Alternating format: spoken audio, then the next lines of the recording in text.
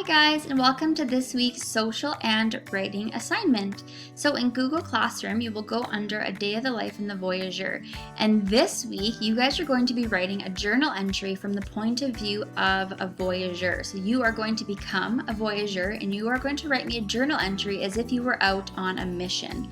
So you are going to watch this video. I've also included your expectations in this Google Doc here, and then you are going to do your writing in this Google Doc. So when we open up your instructions, it says, using what you have learned about the Voyageurs, you will write a journal entry for the Voyageur in 1795. I've included some Voyageur facts just in case you guys forgot the video that we watched last week. You can also use your Jamboard that you made. So Voyageurs paddled for long hours a day, up to 16 hours with very few breaks. They sometimes had to carry all the goods in the canoes on their back when the water was too dangerous to paddle in, and this was called portage. They sang festive songs to help keep the rhythm of their paddling. They ate food really high in calories so that they had enough energy and it wouldn't spoil as they traveled. And they usually ate only 2 large meals a day, so breakfast and dinner, and they would usually eat dried meat, beans, and biscuits made from water and flour. At night, they usually ate pemmican, and that's an indigenous food, traditional indigenous food made from dried buffalo or caribou meat mixed with fat and grains. And sometimes they would hunt for animals for food, or they would trade for them. And they faced many weather elements, including the hot sun, the cold, the rain, and snow. And they also faced lots of mosquitoes and other pests and bugs. So what you're going to do is you're going to be writing a 1-page journal entry written from the point of view of a Voyageur. So that means you're going to be using language like I felt, I saw, I ate, and I wore. So I have a list of things here that you must include in your writing. So you need to have at least one sentence starting with an ing verb. So think back to your assignments last week. You must start with an action, sound effect, or thought and feeling.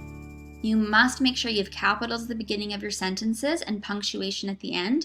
I don't want to see an entire journal entry with not one period, okay? You need to write about things that you would do and see as a Voyageur and other interesting facts. So an interesting fact would include including portage, the word portage, in your journal entry, or including the kinds of foods that Voyageurs would eat. And you can include other interesting facts and also include descriptive language. So I always say, good writers show, don't tell. So use your words so that I know exactly what to picture in my mind. So describing the landscape, describing your emotions, instead of saying I'm scared, describing what scared feels and looks like. You're going to be doing your writing in this Google Doc here.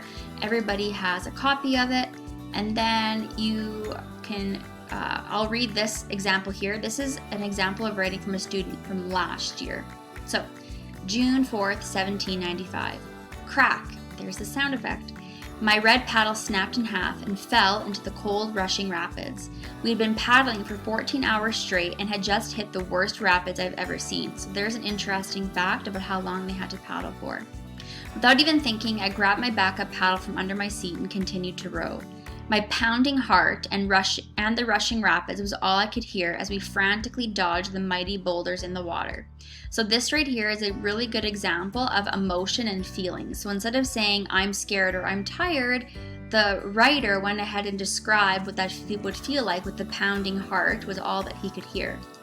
My arms were numb and begged me to stop paddling.